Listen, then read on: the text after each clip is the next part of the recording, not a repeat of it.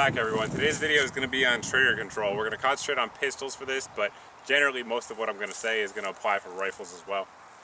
But anyway, one of the biggest mistakes I see when you're teaching new shooters is just terrible trigger control. There's several reasons for it. One of them is that they're afraid of the recoil, so they start anticipating and start jerking the trigger. They start pushing down to counteract it with their trigger finger, things like that.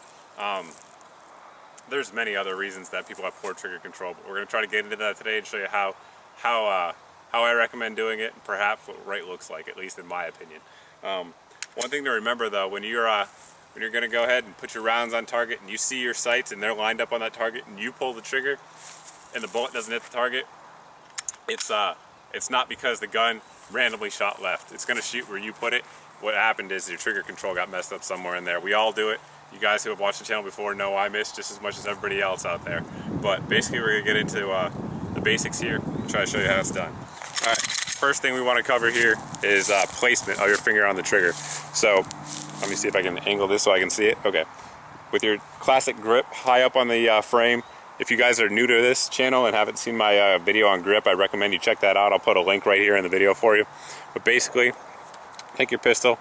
Most people will recommend that you use the pad of your hand, so i.e.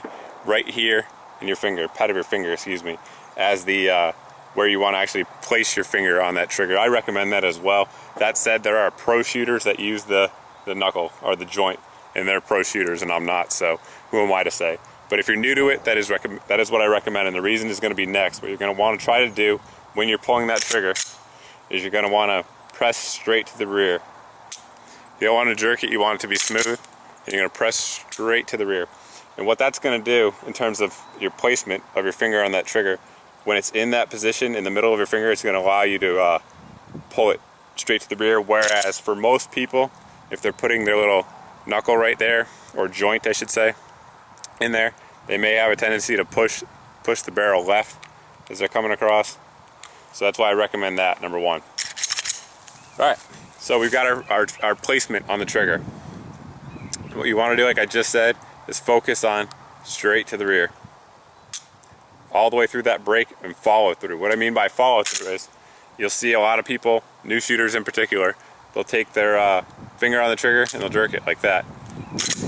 And they'll let off. Because under recoil, the gun's going to move and they're going to go. And the next time they engage the trigger, it's like that. So you have to take all that slop up. So what I mean by follow through is you want to hold it to the rear as you press that trigger. So you're going to go ahead, press to the rear, hold, the gun will recoil, cycle, and you're going to let off until you feel the reset.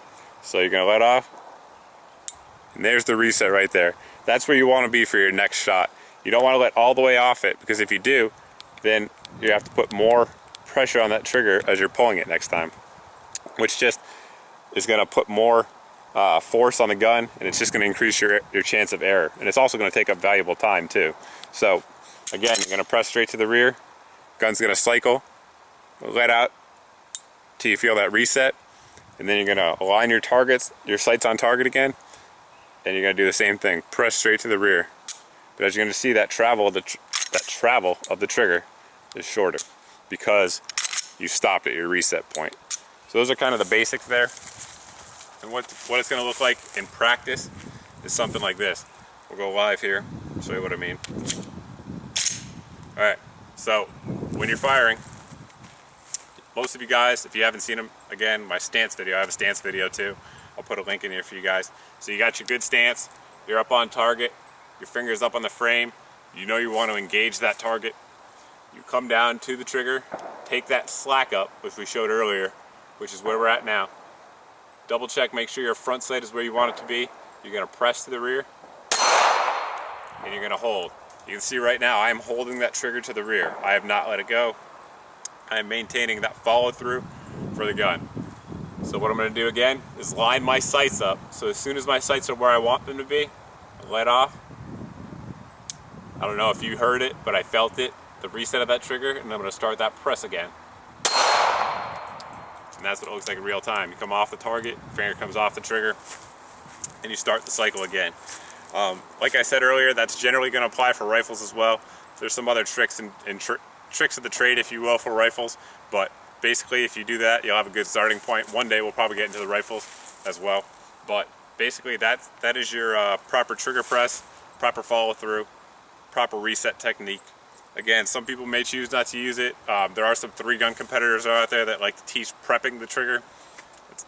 I'm not trying to get into that. It's a little bit more complex than what most shooters are looking for. I'm just trying to get into the basics for most shooters of what they're looking for to help them shoot better.